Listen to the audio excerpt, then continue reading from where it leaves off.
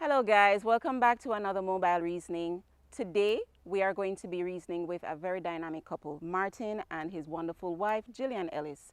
They're going to be talking to us about their new ministry. It is called His Kingdom Family. So we're going to be looking at why it is that families play such a very integral role in the development and the sustaining of a nation. So stay with us as we talk with the Ellises. Hello, my name is Martin Ellis, And I'm Gillian Ellis, his wife. and we are representing His Kingdom Family. Yes. So all of you, support. Well, on the 12th of December, which is next Sunday, we are inviting you to come to our event, which is a conversation Yes. on, it takes a special village to raise a child. So, see you. See you. Thank you.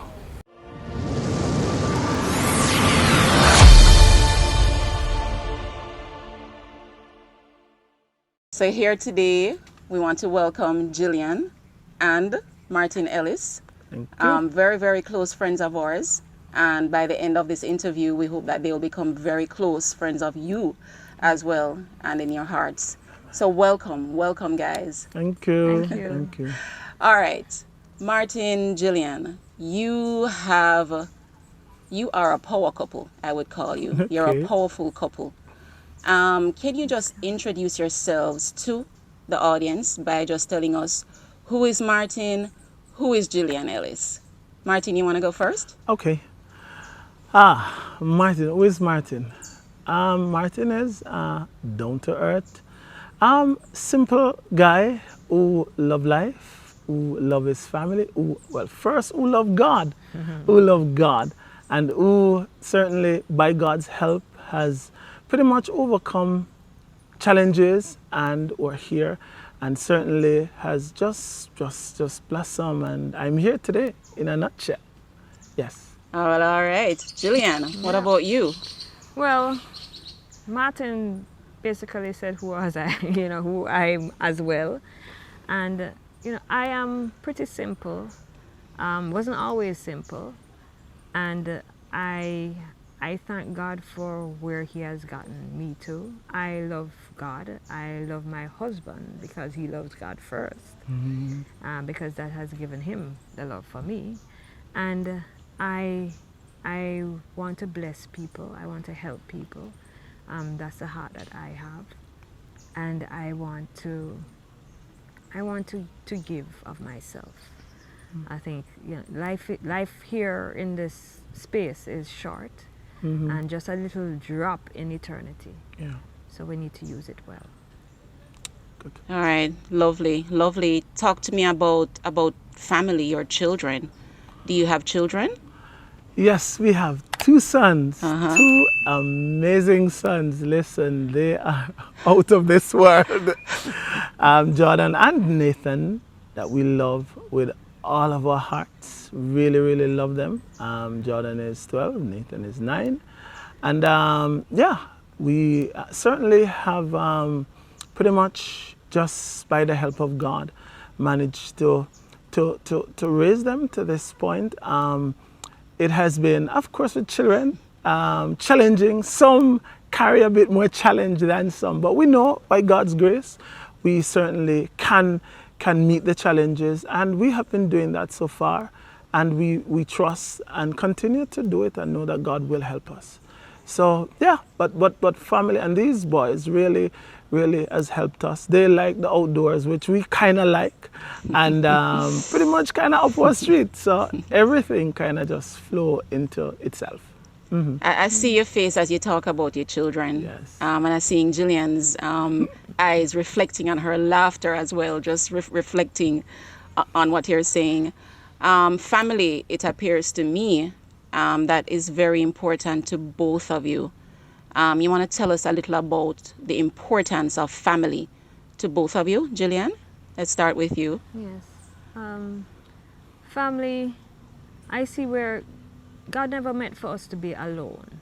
And so He puts us in families. And what that does, it gives you the opportunity to to come outside yourself, to see the other person's perspective as well. It gives you, you know, he has even called us into his family.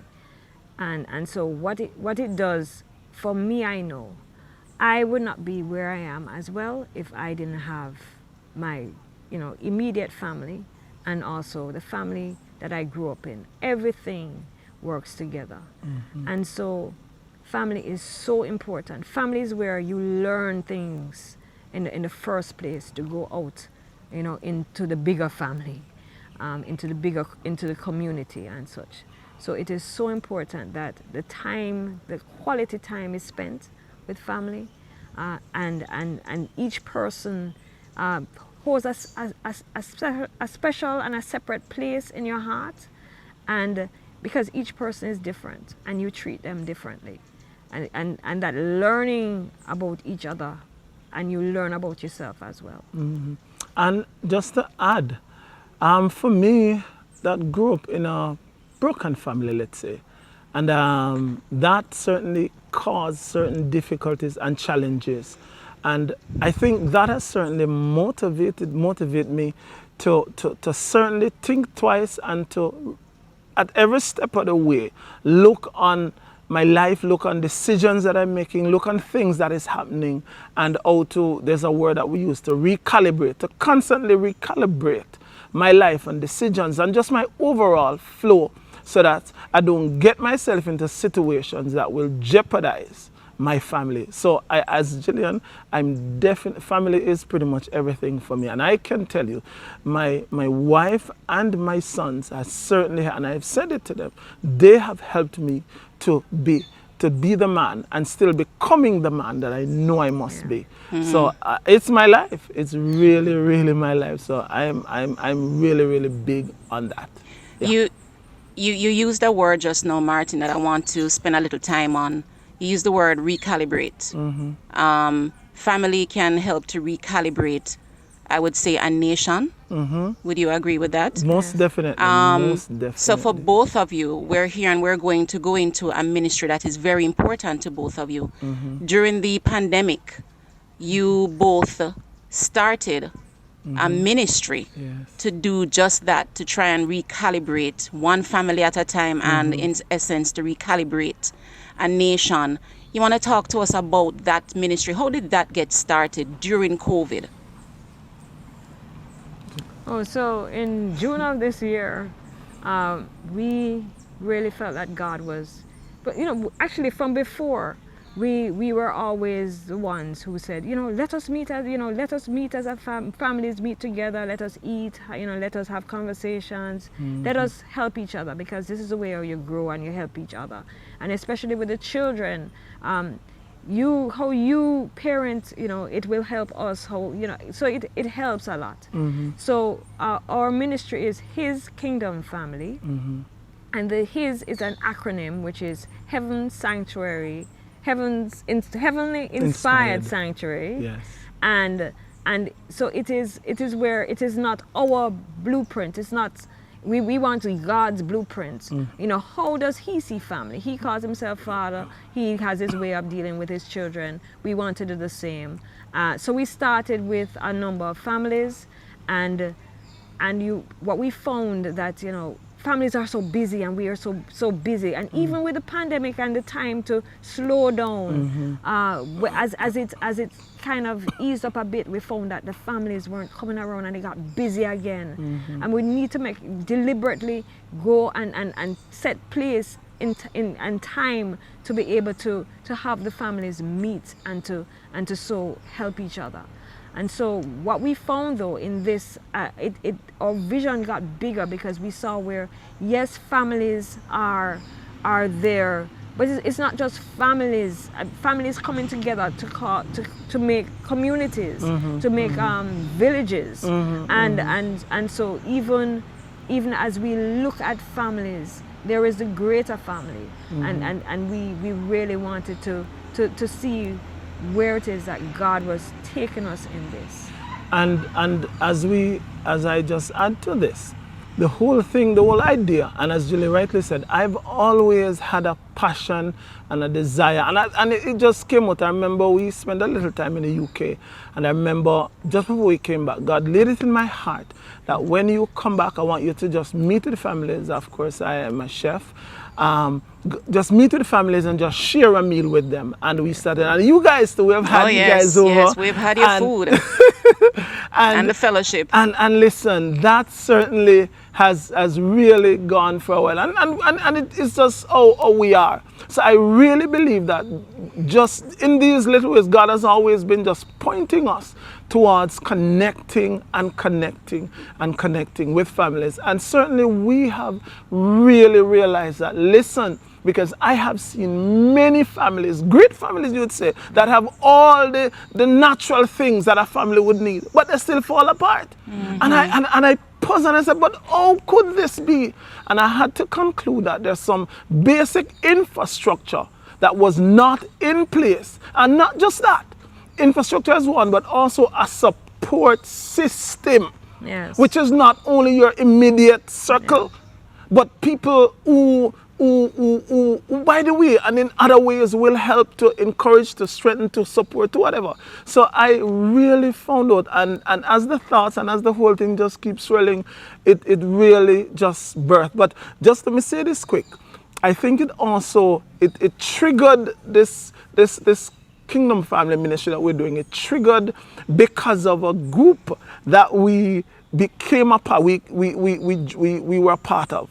We're still a part of them actually, and the name of that group is Kingdom Family. Yeah. And certainly want to shout out to those guys. Yeah. But that group, and it was being in that group, I think God spoke to me and said, you need to start something like that in Jamaica, because these are guys who are from all over the Caribbean. We have guys as far as Africa actually. Yeah. So we scattered all over the place, but I really felt we needed to do something in Jamaica to connect, because I know the devastation, the overall problems that families were in. So that was how this group started from that, and it just blossomed. Okay. Yeah. How do families really impact a nation? Whether it is a family that is functioning well or families that are not functioning well. What is the impact of families on nation building? Let me take that. I think it has significant and critical impact, because everything starts from the home. Now, you slice it, dice it, cut it, shape it. And I think we must recognize that what from the mother is pregnant, yes, and from the baby in the womb, and start growing, and studies and research has been done to say if you do a certain thing, sing to the baby, read to the baby, then the baby come out a certain way. And it starts from there. It's the environment. It's the environment. Connection. That is it. And I think from there it starts. Of course, most of us and most of the situation that exists now, not only in Jamaica, I think globally, you don't see that. People get pregnant most times or sometimes out of accident, and people just improvise and make do. And that already from day one start chaotic, and that just evolve. I believe that until we can get people to understand and to realize that these things, it cannot continue to happen by accident. You can't say, oops, and then you try to see how you manage.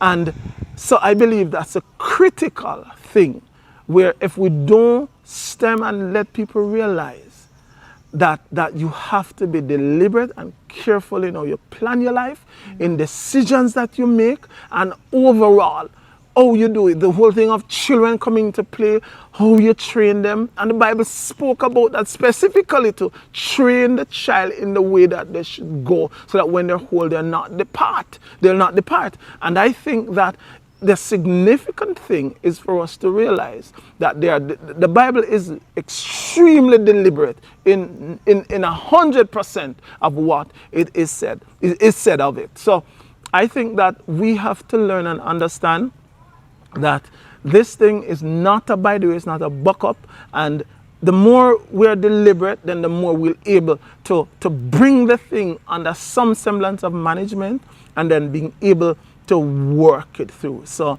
it is definitely important. I don't know if you wanted to say Yes, something. there are some basic needs that the family supplies to the members of the family. And we as humans, we need relationship. No matter how you feel that you are a loner and you are making it on your own, we need relationship. And so and the thing about us, we weren't born big.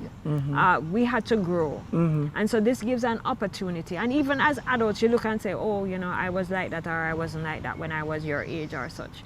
But you have a chance to mature, and so you find that you're like your mother, like in this way, and you're like your father in this way. And when you put those all together, it still filters through you, who you are personally, because you are special in who you are. And this environment that the family creates, this environment gives you it's a crucible for you to grow and to be who it should be, who you are to be. And so if this isn't supplied as it should be, where you have the father figure, the mother figure, the sister, the brother, coming together like that, then you won't become who you are made to become, and to blossom into that beautiful person that God wants you to be. Yeah. I listened to both of you talking, and a question comes to mind about who do you define as family? Because that there's some individuals who, yes, we're all born into a family, but the basic structures that you talk about that should exist, they're broken. And so you find a lot of persons who are seemingly on their own, and them all over the place, and they now become vessels of feeding into other situations, which themselves become broken. Yes. So when you talk about his kingdom family, what is family in as far as this ministry is concerned? Who do you define as family? Is it a wife and a husband with children? Is it that nuclear family relationship, or who is a family? And I want to be very careful because you have a lot of school of thought out there, but let me take it from the position that the Bible speaks of it. And I believe, and in according to the scriptures, the Bible is a man, a woman, and children. Could be one, it could be 1,000. Abraham is the father of the nation. And so I think the basic infrastructure of family is a man, a woman, and children. However, you have situations where you had the man and the woman and children, but for whatever reason, the man leave or the woman leave. I think And you have a single parent. And you have a single parent, but there's still some semblance of family structure in that.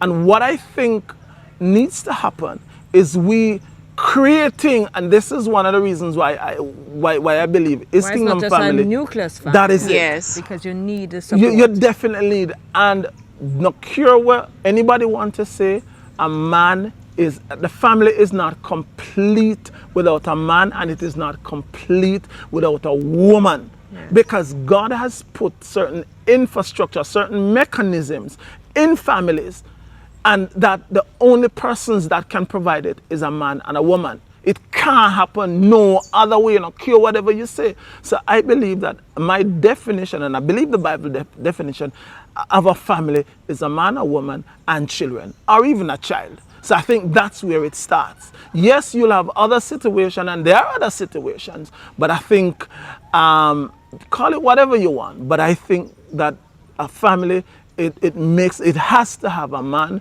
a woman. And we're not discarding and throwing away if you have a father with his children or a mother with children. We're not saying that, because his kingdom family definitely want to provide like a shelter or a vehicle for if you have a man and his children or a woman and her children, because we actually have families now, a part of his kingdom family, that you have mother and children. That's what I wanted to come to as well. And we embrace them, we love them, and we certainly support them, because the core duty of his kingdom family is to provide support, encouragement, and let everybody know that they can succeed and they can survive and fulfill their God-given purpose. Perfect introduction now. So talk to us about his kingdom family. Who is it that it actually feeds into? Who does it provide support to? Talk to us about that group. All right, so initially we were looking at families that were Christian-based families, but then we realized that, you know, Jesus didn't operate like that.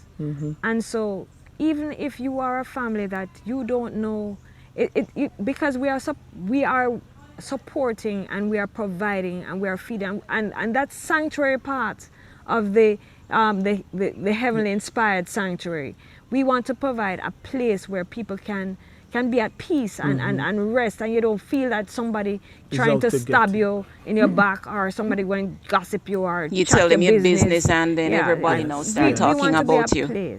We want to be that place where you know you are safe, a sanctuary. And so the families that we know we have families with mother, father, children. We have family with mother alone and the children. We have family where is a mother alone because the children grown and gone. And so we have families in different stages, different situations. Right now we don't have any family that doesn't that are not Christian such, but that is not a necessity, because we feel that we would be, and it's not just Martin and myself, you know, every single member of the families would now pour back into each other. So my children should be able to meet with the other children, and all of us should be able to so supply and, you know, cover each other. And, you know, where you have a need, let us know, and because we don't read minds, right? So if you stay in your little corner, that little you in your corner, nobody never know what's happening. It is not working for us. It's so we need to.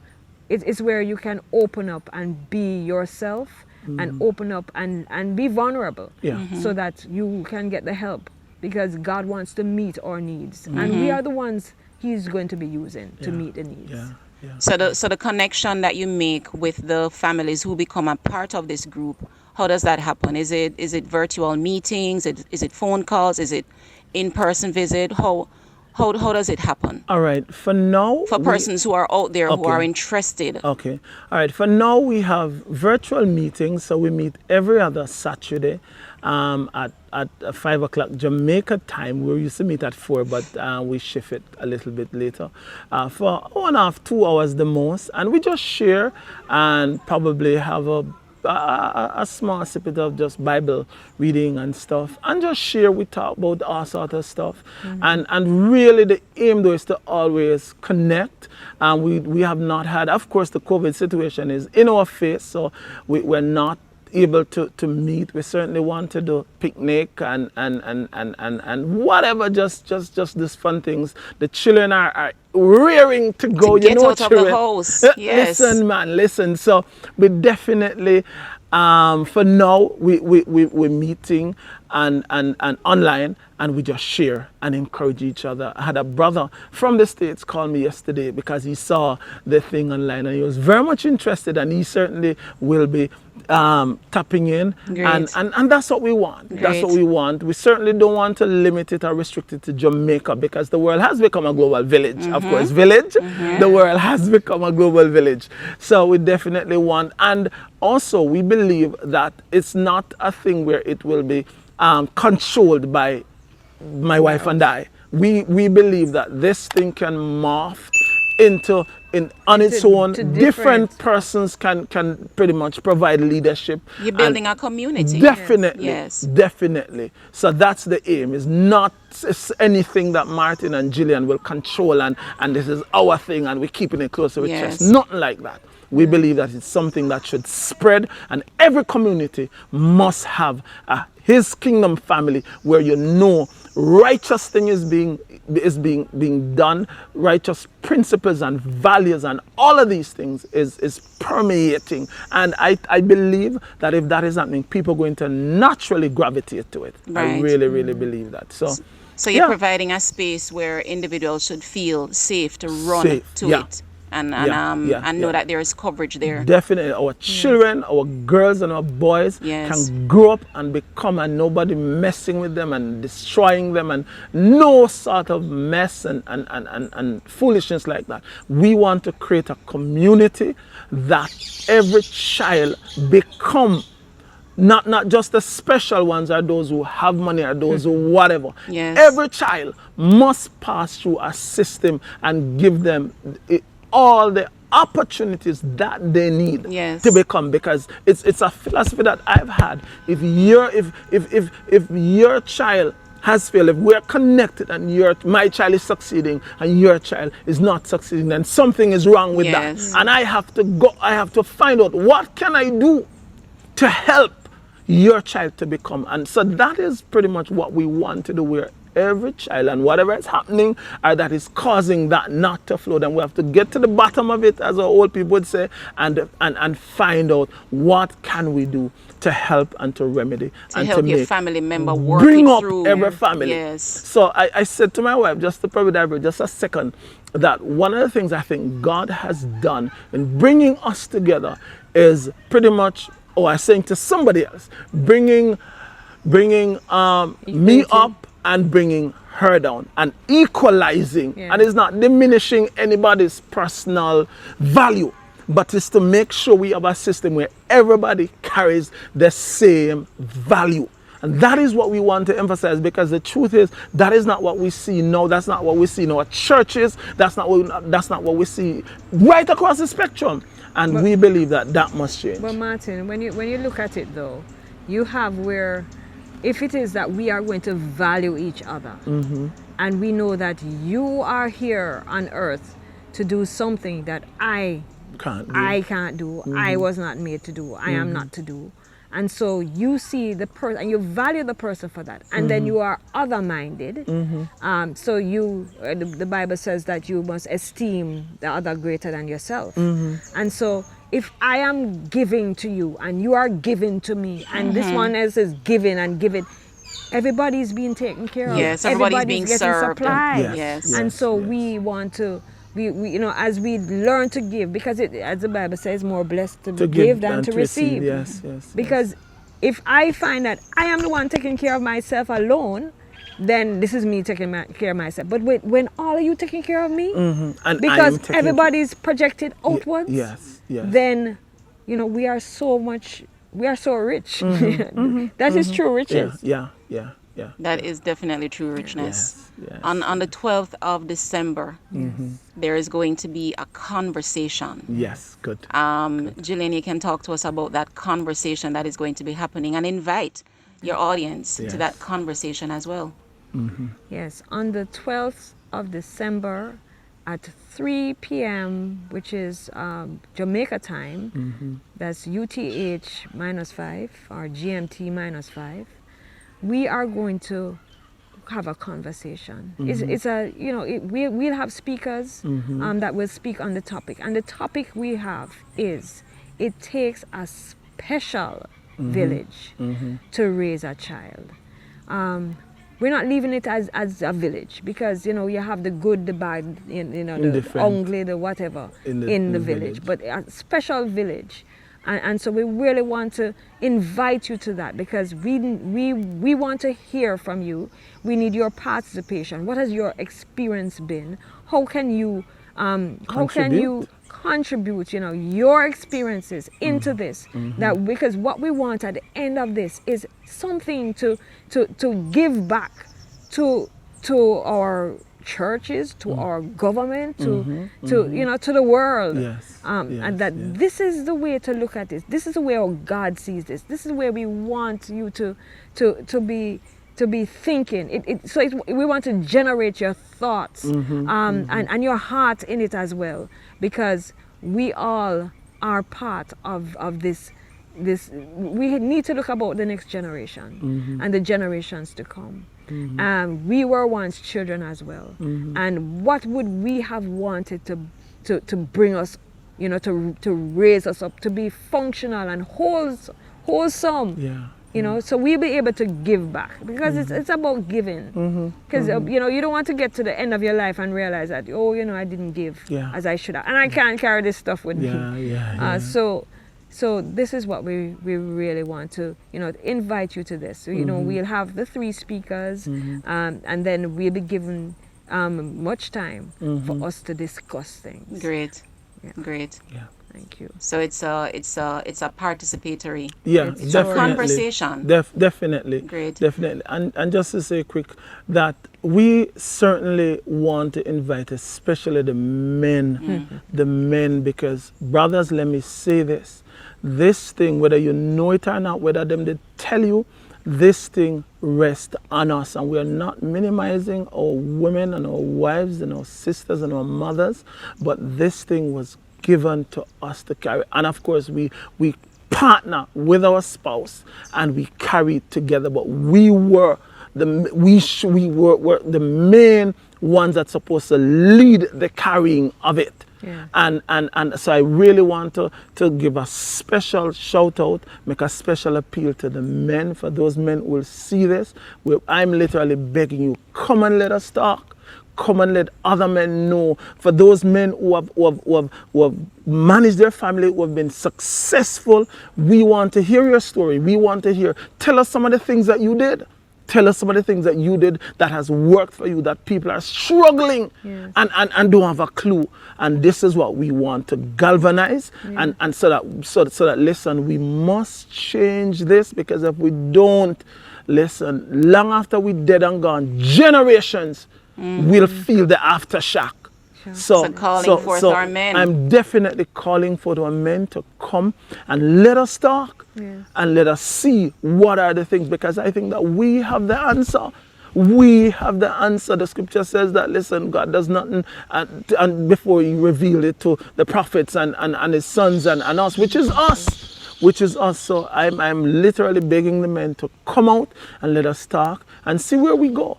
And see how best we can form something. Because listen, the natural course will happen. People will die. Bad things will happen. But I also believe in the midst of that, the remedy and the solution can come. And if we continue to say, oh, I just saw it go. Oh, this will go on, then it will continue. But as somebody says, nothing changes if nothing changes.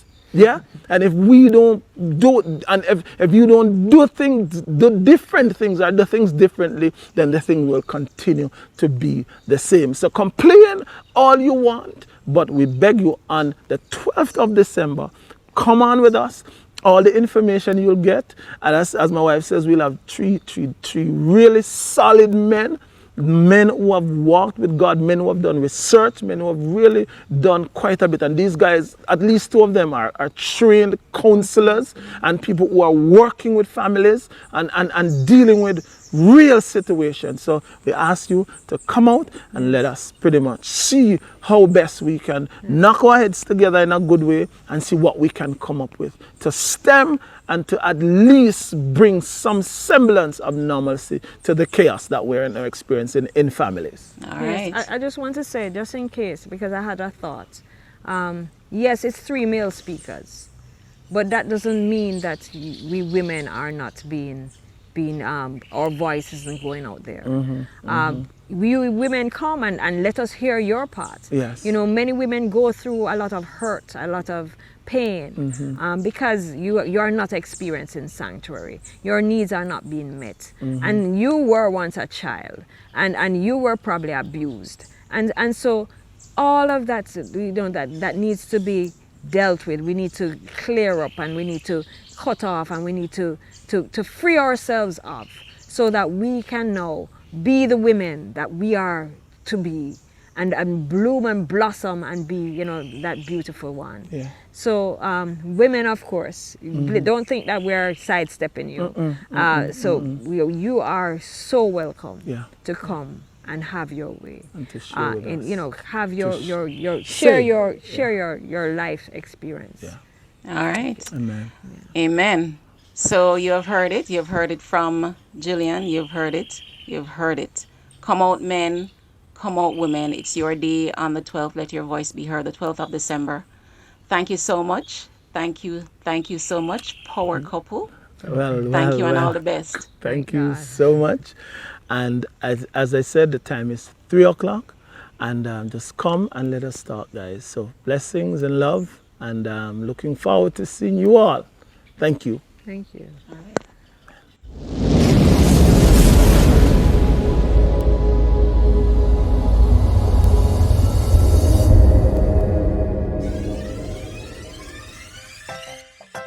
Thank you for checking us out on Good News Jamaica TV for content that informs, inspires, and transforms. Please like, share, leave a comment, subscribe, and hit the notification bell for more positive Jamaica content. Walk good.